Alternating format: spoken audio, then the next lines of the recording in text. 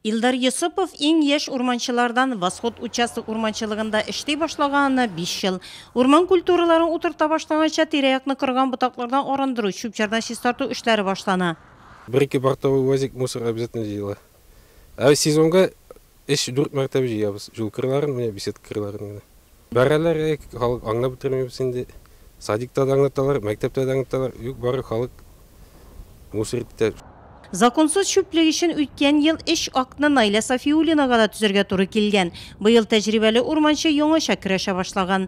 В нашем лесничестве это первый. Безнең урманчылыкта табигатькә булыш аны якла лозунгысы белән бу беренче плакат. Моны ни өчен сайладым? Кешеләр табигатьне сакласыннар, уйлансыннар иде аның турында. Чүпләмәсеннәр, юкка чыгармасыннар, якласыннар иде. 17 000 гектарга якын мәйдан Найля Сафиуллина кул астында. Урманчылыкта иң зур участок бу. Участокта 4 ял итү беседкалары куелган. Кызу эш бара биредә. Буяу яңарту эшләре башкарыла. Беседки красим, места отдыха. Беседкалар ял итү урыннарын буйыбыз, аннан плакатларны яңартабыз, юл кырыйларын чистартабыз, тиздән урман культураларын утырта башлыйбыз. Быел минем участокта 13 000 гектар утыртылырга тиеш, өстәмә 56 гектар посадка булачак. Вишневая поляна участок урманчылыгы янына үтеп йөрүчеләр рәхәтләнеп яңартылган буялган беседкаларда утырып ял итә ала.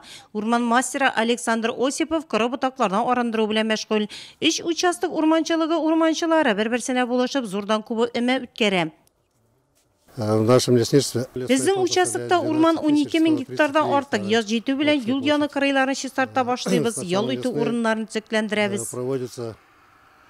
Нурлат урманчылыгы структурасына кергән 6 участокта эме үткәрелде. Аның чисталыгы урманчылыкның гына түгел, һәркемнең бурычы.